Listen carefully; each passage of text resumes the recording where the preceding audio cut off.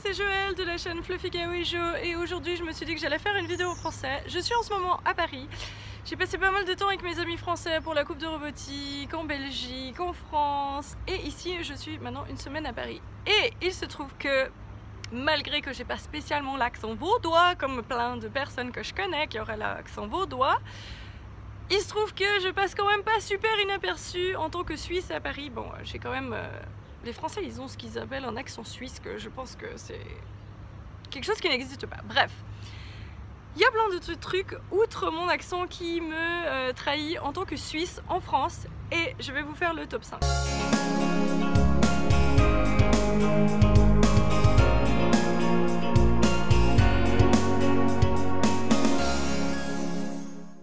Top 5 des choses qui me trahissent en tant que Suisse en France. Numéro 5, c'est le respect des règles. C'est vrai que la plupart du temps, les paris sont là, YOLO, on fait ce qu'on veut, c'est pas grave si c'est pas marqué strictement interdit, on le fait quand même, tandis qu'en Suisse, on est là, si c'est marqué nous vous recommandons pas, on devrait peut-être pas le faire, non? À part traverser en dehors des passages pour piétons, c'est un truc, en général en Suisse, on est assez, non mais attends, mais c'est marqué interdit, pourquoi tu veux le faire? Voilà, donc ça en général... Les gens me prennent pour une bizarre, ils n'ont pas directement ciblé que j'étais suisse, mais c'est quelque chose qui me trahit en général. Numéro 4, chose qui me trahissent en tant que Suisse, compter. Je l'ai mis en numéro 4 parce que ça fait des années que je sais compter en français et pas en suisse. Donc si jamais en Suisse on dit 60, 70, 80, 90 et en France ils disent 60, 70, 80, 90. Voilà. Outre le fait que ça soit débattable lequel est le plus logique, hein, et qu'à certains endroits en Suisse on dise 80 aussi, même là où j'ai fait mes études à Genève et mes parents aussi à Bienne, enfin bref. Outre ça, ça fait quand même pas mal de temps que je maîtrise le 70 machin. Chaque fois que je dois appeler mon numéro de téléphone quand même j'ai un petit temps d'attente, ou alors quand on me dicte un numéro de téléphone et qui commence par 80, bah, je vais mettre un 8 et puis en fait c'était 90, enfin voilà. Ce genre de choses. J'arrive quand même à maîtriser, mais il y a toujours un petit temps de différence.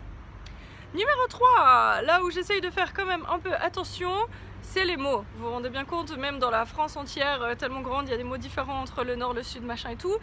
En Suisse, on a quand même des mots différents du genre, typiquement le linge pour serviette, c'est un truc en général qui me trahit, ou alors cornet pour un sac plastique, un sachet en plastique. Ça, c'est encore des mots auxquels je me fais avoir. Parce que c'est tellement des mots de la vie de tous les jours. Et il y a aussi un truc, c'est l'expression « fais seulement, je t'en prie ». Voilà, en Suisse, on va utiliser le « seulement » pour faire politesse. Donc s'il y a une pile de catalogues, typiquement ça m'est arrivé, puis je te dis « oh, prends seulement un catalogue ». En Suisse, ça veut dire « je t'en prie, serre-toi, prends un catalogue ». Pour un Français, ça veut dire « prends-en seulement un » et surtout pas plus. Et du coup, ce qui était super poli pour nous passe pour super mal poli pour la personne en face. Ça, en général, c'est quelque chose que je me fais avoir. Donc, même qu'il y a plein de mots que je sais qui sont différents en français et en suisse, j'essaye de faire gaffe. Numéro 2 du truc qui me trahit à tous les coups, ne me mettez pas en face d'un ordinateur avec vos claviers AZERTY alors que nous avons des claviers Quartz. Parce que l'autre jour, j'ai voulu taper mon mot de passe, donc j'ai bien vu où étaient les lettres sur le truc, et puis j'ai bien fait gaffe de mettre la bonne lettre, machin. Puis après, en fait, il y a la ligne des chiffres en haut qui, en français... Tu as le chiffre de base, puis tu dois mettre shift si tu veux mettre le caractère spécial. Et ben, je crois qu'en France c'est l'inverse, enfin bref. J'ai passé 7 essais pour faire mon mot de passe sur le clavier français et ça m'a eu arrivé d'être la personne à l'accueil de la coupe de robotique et de devoir enregistrer les équipes. J'ai fait 1 heure et j'ai dit mettez quelqu'un d'autre parce que là je retarde toute la queue parce que soit je mettais des lettres n'importe quoi, enfin voilà. Les claviers, c'est un truc vraiment je n'arrive pas à m'y faire. Et le numéro 1, premier truc qui me trahit à chaque fois que je suis suisse et que je ne suis pas de votre monde, vous les Français, c'est la bise. Je sais très bien qu'en Suisse on en fait 3 et que la plupart des endroits en France en font 2, même qu'il y a plein d'endroits, il y a une carte entière de la carte de la bise. Des endroits ils en font aussi 3, des 2, 4. Mais la plupart du temps, je sais pas si je rencontre des gens de Paris ou quoi, mais la plupart du temps c'est 2. Et je viens toujours... Alors déjà il y a le truc, c'est qu'on commence de l'autre côté de vous, donc ça fait le truc un petit peu awkward, que on vient de l'autre côté, bref.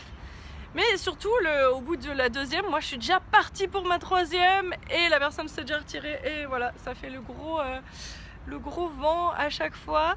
Donc voilà, c'était la petite partie un petit peu awkward de la bise. Et les gens savent très bien, ils sont là, oh non je suis désolée, c'est vrai en Suisse vous faites 3. Puis je suis là, non mais c'est moi, je sais très bien qu'on en fait 2. Et je voulais m'arrêter à 2 mais j'étais fatiguée, j'ai plus pensé. Et voilà, la plupart du temps tu fais la bise aux gens soit le matin quand t'es pas trop réveillé, soit le soir quand t'es vraiment fatigué. Et voilà, en général c'est là que tu te fais avoir.